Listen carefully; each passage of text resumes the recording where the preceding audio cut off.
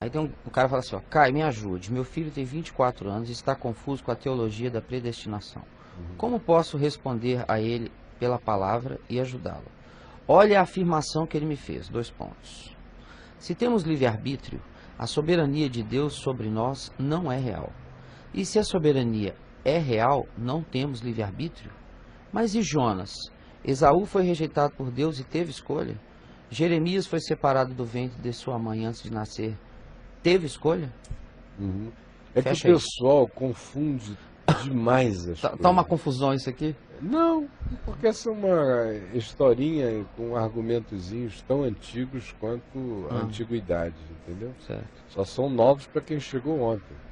Mas são muito velhos, de tanto que tão velhos que eu já me canso só de responder a eles, né? Lá no meu site podiam escrever a palavra predestinação e ler algumas coisas a respeito. Eu não vou nem tentar ser complexo, senão eu ia precisar de muito tempo e a viagem ia ser grande. Mas simplificando, uma hipersimplificação, Rapidinho. o pessoal não sabe o que é a soberania de Deus. E aí confundem soberania de Deus com as doutrinas denominacionais, sejam elas calvinistas, ou reformadas, ou de qualquer linha, doutrinas da predestinação, nas quais eu não creio. Eu creio que Deus é soberano, mas eu não creio nas doutrinas da predestinação.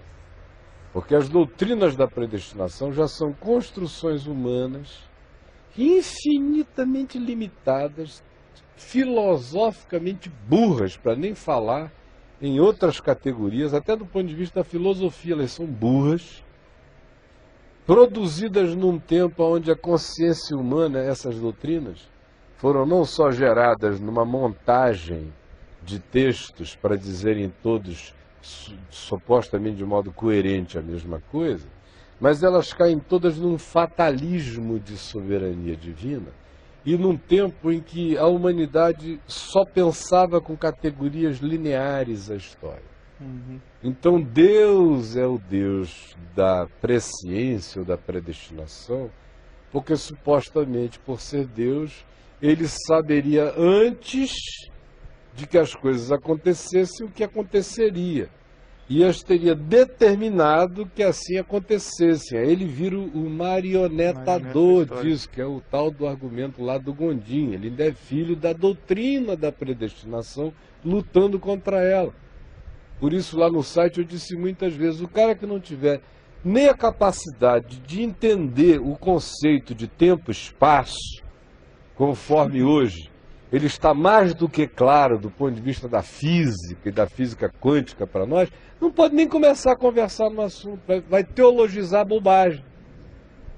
Antes de pretender ser teólogo, o cara tinha que fazer um mergulho profundo nas dimensões da consciência do tempo, espaço, da temporalidade, da multidimensionalidade, que recai jogando muito mais luz sobre a realidade da autodefinição de Deus do que qualquer doutrina tenha feito a respeito. Porque quando Moisés perguntou quem eu direi que está me enviando ao Egito, o Senhor disse, dize que eu sou te enviou. É aquele que é. Então passado, presente e futuro são categorias lineares da minha percepção humana linear, de um ser para quem houve ontem, está vendo hoje, possivelmente haja amanhã. Eu sou preso ao esmagamento do tempo e espaço. Para Deus não existe isso. Deus não, passado, presente e futuro são coisas que eu chamo de simultâneas, embora a palavra simultânea seja ainda de um pauperismo total para definir o acontecimento em Deus. Gênesis e Apocalipse acontecem em Deus simultaneamente. Seria Quando... certo dizer, por exemplo, se a nossa percepção é linear, só para traçar um paralelo, a de Deus seria circular, num certo sentido? Eu sei que é muito reducionista isso. Até o circular gera um sistema fechado. Sim, é por causa disso, mas seria algo, uma uma comparação. De Deus Não há circunferência nem linha. Então, o Deus soberano é soberano não por causa das doutrinas de soberania, que são todas doutrinas fatalistas, marionetadoras, gregas, Como a luta contra ela tem sido também uma luta grega ainda. Por isso que eu estou dizendo desde o início, é coisa de menino. Ao invés de estudarem teologia, vão estudar física quântica, pelo amor de Deus. Vão estudar noções de tempo e espaço, para terem visões mínimas do significado disso. Como Jesus disse aos saduceus, acerca daquela mulher que tinha tido 7 maridos, de quem a desposaria na ressurreição. Ele disse, olha, não se casam, não se dão em casamento, mas não é aí que eu quero ficar.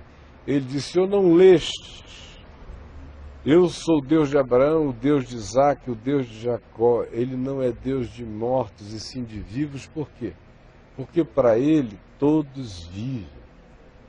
E ao afirmar isso, ele estava dizendo que mortos do passado, vivos do presente, os que viverão no futuro, estão todos existindo nele.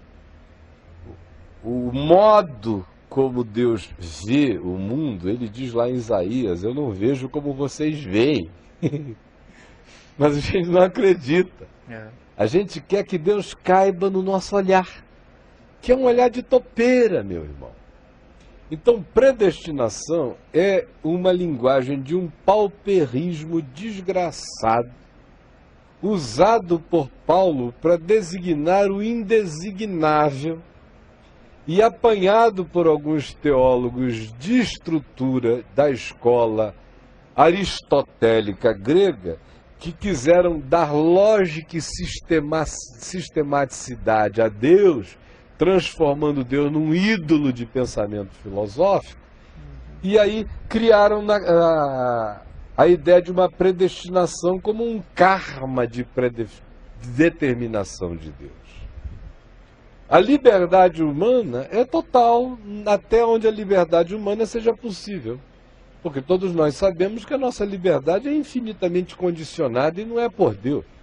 É condicionada por nós mesmos, pelo meio ambiente, pelas nossas trocas, pela cultura, pelo DNA, pelas nossas percepções equivocadas, pelos nossos traumas psicológicos, pela relatividade das nossas interpretações, por 1 milhão de coisas. Nós somos absolutamente escravos na nossa liberdade.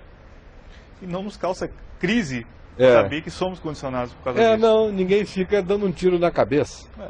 Não é?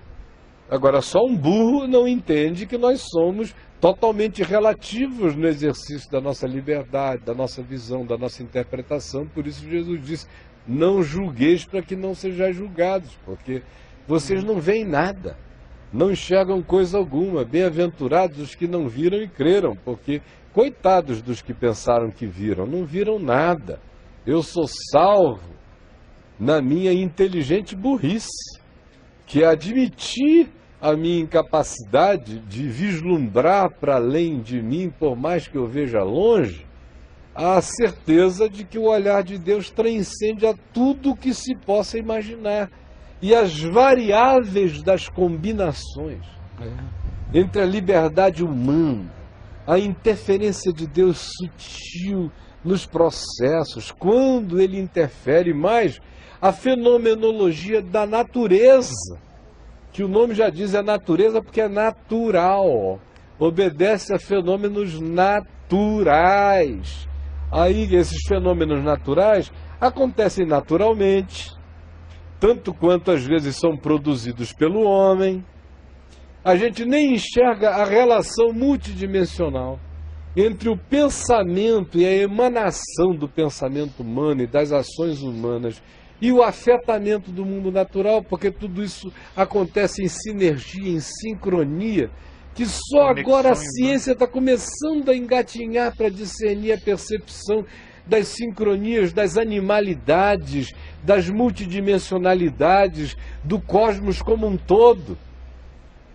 E nós ainda vamos chegar a um tempo assustador no qual a gente descobrirá o potencial enorme do pensamento humano, de como o acumulado do pensamento humano vai acabando gerando o próprio mundo que a gente tem. Agora, o Deus soberano é aquele que diz, olha, não anda por aí porque você vai se estrepar. Não entre aí porque aí é morte. Quem andar por esse caminho vai morrer.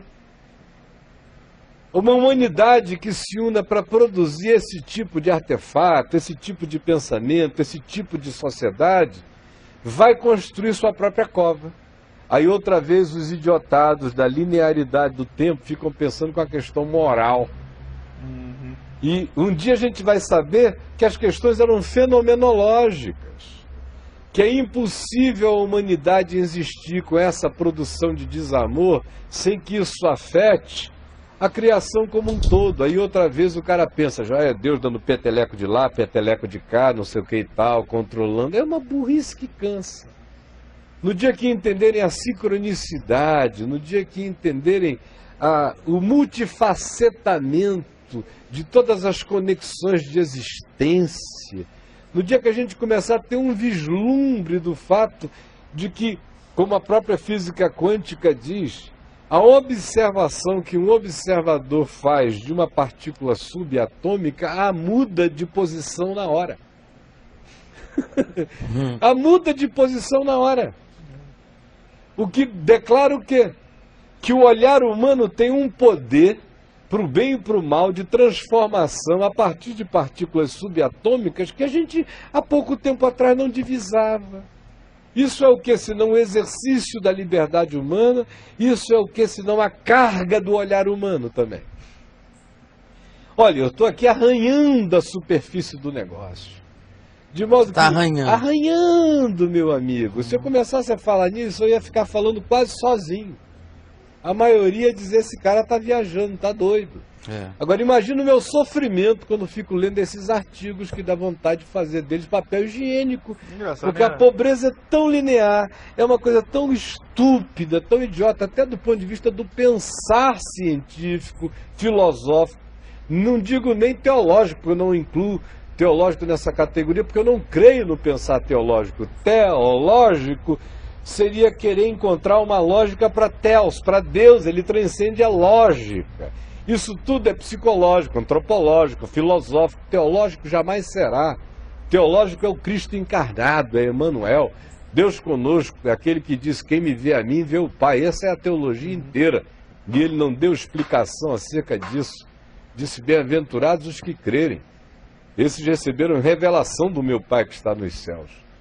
E quem não conseguir discernir isso, não será por nenhuma via que o alcançará. Paulo disse que pela via grega seria loucura, pela via judaica seria escândalo, por qualquer outra via idiotice. Então, respondendo a esse pai, o filho dele está lá na idade da pedra, como você chamou?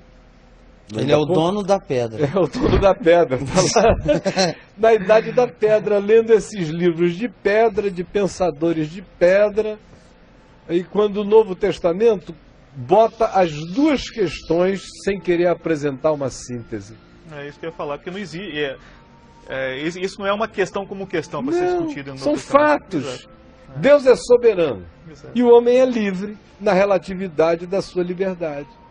E na escravidão da sua presunção de liberdade, escravizada pela presunção de não ser escravo, que o faz mais escravo ainda quando pensa que pensa livremente.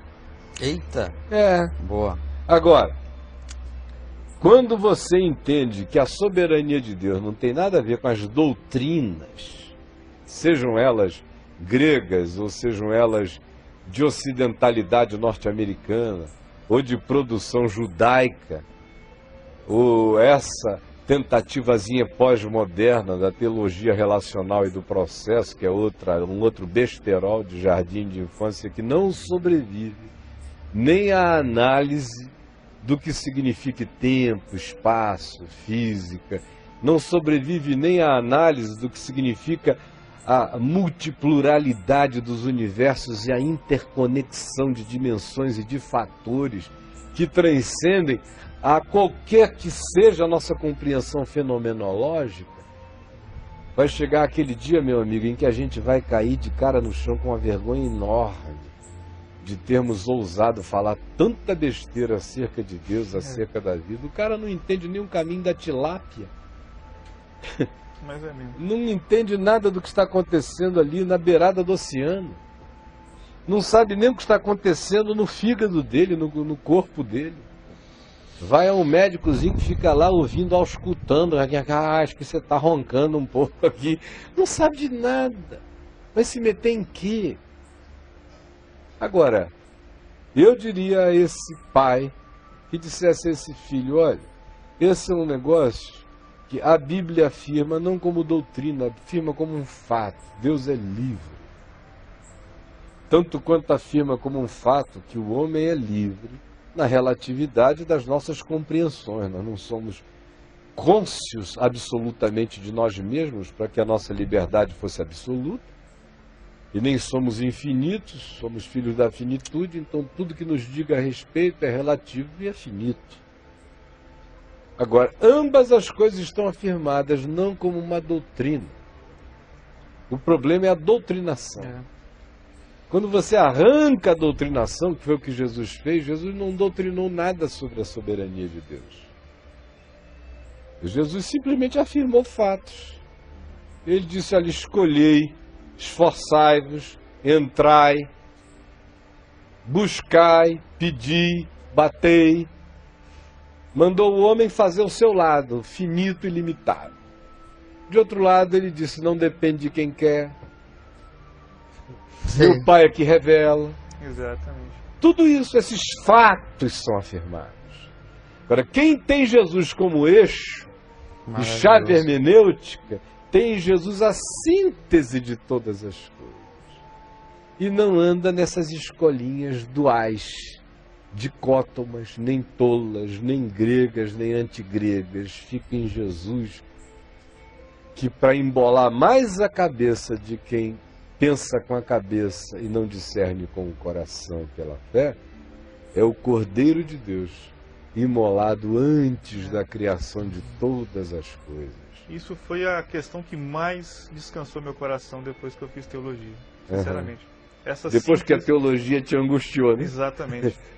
Para mim, eu nunca tive muita afeição com a dogmática. Para mim, sempre o lado mais ministerial foi o que mais me chamou a atenção. E muito menos com a sistemática. Exato. Então, quando isso chegou no meu coração, isso pacificou toda e qualquer angústia. Para mim, quem entende que Jesus é a chave hermenêutica, entende que nele habita corporalmente toda a plenitude da divindade e entende que nele habitam todos os tesouros da sabedoria e do conhecimento.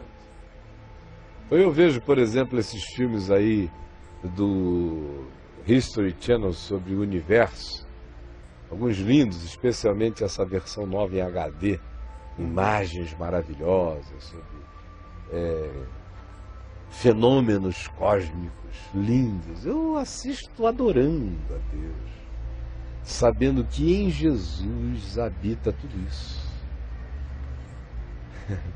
Tudo isso. Que o Deus que é amor, nele explodem estrelas, surgem buracos negros, que tem pulsares, buracos de minhoca, tudo nele. Deus se diverte quando ele vê a aurora boreal. Pelo amor de Deus. E lá o livro de Provérbios diz que a sabedoria cantava alegremente enquanto todas as coisas eram criadas. Precisa voltar essa singeleza, né, cara? Mas o pessoal fica querendo ser discípulo de Aristóteles até contra Aristóteles, aí entram nessa porcaria de um pensamento de pigmeu, de mucuí. De uma coisinha mínima que dá tristeza. E aí eu, às vezes, perco a paciência aqui, né?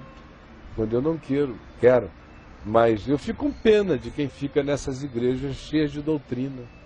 Porque a doutrina só serve para criar exclusões da revelação. Então o cara abraça a doutrina do livre-arbítrio. Aí o homem é livre, todo responsável. O homem é livre e responsável. Mas aí já cria uma antítese. Se o homem é livre e responsável, Deus não é soberano. Como não?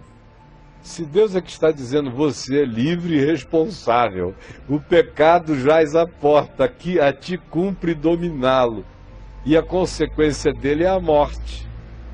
Agora, o cara, para achar que Deus é soberano, tem que pensar que ele fica daqui manipulando, marionetando. Ele só fala, meu irmão. E se eu obedecer, eu ando no caminho da vida. Se eu não obedecer, eu me esbagaço nos fatos da existência. É simples assim. E as conexões do que a gente emana e produz estão para além do que os tolinhos conseguiram perceber até agora. Uma leitura de Oséias 4, despaganizada, Exatamente. nos ajuda a ver a conexão entre a produção humana e a natureza. É que nós nos alienamos tanto da natureza que achamos que a gente anda sobre a natureza sem contato. Que o nosso ódio não vaza para toda a criação. Ou que o nosso amor não abre flores. Ou que nós estejamos vivendo nesse mundo sem outras dimensões participando o tempo todo da fenomenologia. Ou que o próprio processo natural não aconteça como processo natural, independentemente de carregar um elemento moral. Um dos problemas também desse pessoalzinho todo que eu vejo aí tentando pensar sem conseguir pensar, é que eles nunca se livram da interpretação moral das coisas. Então o tsunami é interpretado moralmente. Um terremoto é interpretado moralmente. A morte de 20 e tantas mil pessoas é interpretada moralmente. Tudo é moralmente em relação a Deus. Eles querem uma moral. São os moralistas judiciosos em relação até a Deus. O olhar deles da vida só ganha esse sentido se for um sentido moral. E Deus é a moral. Ah, totalmente, ele é Deus. A moral é para bagaça da média. Para mim, eu não sou nem chamado para ser um ser moral, eu sou chamado para ser um ser ético. Ético segundo o que seja vida, para valorizar a vida. Se eu ando segundo o caminho da vida, conforme o Deus da vida, eu sou um ser ético. Eu estou trabalhando por aquilo que é o telhado da vida. Mas não da moral. Jesus viveu contra a moral de vez em quando. Pela moral, ele teria entrado na média. Ele teria sido politicamente correto para agradar a todos. Pela moral, pelo amor de Deus, nós não teríamos tido nenhuma revolução da vida na história. Os profetas eram seres morais? Bota o Isaías andando nu 2 anos por aí, isso pode ser chamado de uma mensagem moral? Um Oséias casando com uma puta em nome de Deus é uma recomendação moral? Não entenderam nada. Então, meu querido, a palavra a esse paizinho é: peça ao filho dele, se ele quiser me dar essa chance de ir lá no meu site, começar a ler, procurar artigos, em cartas, não apenas nos títulos, mas se ele escrever naquela parte que diz na pesquisa mais refinada, pesquisa avançada, nos textos, escrever as palavras liberdade, escrever a palavra moral, predestinação, né? Nem tanto, porque eu quase não a uso. Eu não gosto tanto dessa palavra, ela ficou tão abrucutuzada, tão diminuída, etimologicamente falando, ante a compreensão da percepção das coisas, que eu quase não a uso. Mas usar a liberdade, qual foi outra que você mencionou? A própria palavra moral, né? A moral, ou usar a expressão tempo, espaço. Ele vai começar a entrar num outro mundo de compreensão. E se ele ler o Sem Barganhas, isso já vai elucidar muita coisa para ele. Né? É. Agora, o pessoal fica me perguntando: escuta, você leu algum livro onde tenha isso? Infelizmente não. Eu gostaria que tivesse um livro para eu indicar. Até os meus livros, eu nunca me dediquei a escrever nada exaustivamente sobre o assunto, porque minha obstinação evangelizadora de levar Jesus e a cruz para o centro do coração das pessoas não me permite ficar com essas divagações que são úteis aqui e ali, mas estão longe de serem de importância essencial para quem tem fé. Mas o que eu anuncio é a síntese da minha existência inteira de percepção, não lendo teologia, nem muito menos as doutrinas da igreja que eu li na infância da fé e fui me cansando delas de saída, nem as dogmáticas, nem as sistemáticas, nem nada disso, mas lendo o conjunto de coisas e a minha observação. desrelacionada das coisas, fazendo a minha própria síntese em Jesus, fazendo a minha síntese no Evangelho. Quem tem Jesus como essa chave hermenêutica, querido, vai fazendo uma síntese que só vai crescendo, crescendo, crescendo e aumentando a sua compreensão, o seu entendimento, até para você compreender cada vez mais que você compreende pela fé aquilo que excede ao próprio entendimento. E a codificação de expressão que lhe acomete é como um mistério, como uma revelação. A ponto de Paulo dizer: o que olhos não viram, ouvidos não ouviram, que nunca subiu ao coração de homem algum pela filosofia, pela teologia, por qualquer ciência, isso Deus tem preparado para aqueles que o amam. E Deus já nos revelou pelo Espírito. Mas é uma revelação que transcende os códigos expressáveis pela boca, pelo olhar, por tudo isso. E essa arranhada que eu dei aqui é um verniz de algo que dentro de mim tem um carnegão desse tamanho. Que eu consigo expressar com os códigos humanos até um determinado limite. Chega num determinado limite que eu tiro as sandálias dos pés e digo: Senhor, obrigado por ter entendido pela fé aquilo que transcende o entendimento expressável. Mas tu já me revelaste no Espírito, no mergulho que tu me permitiste fazer nas entranhas de Deus, que é Cristo. E aí cessam as conversas e os papos furados.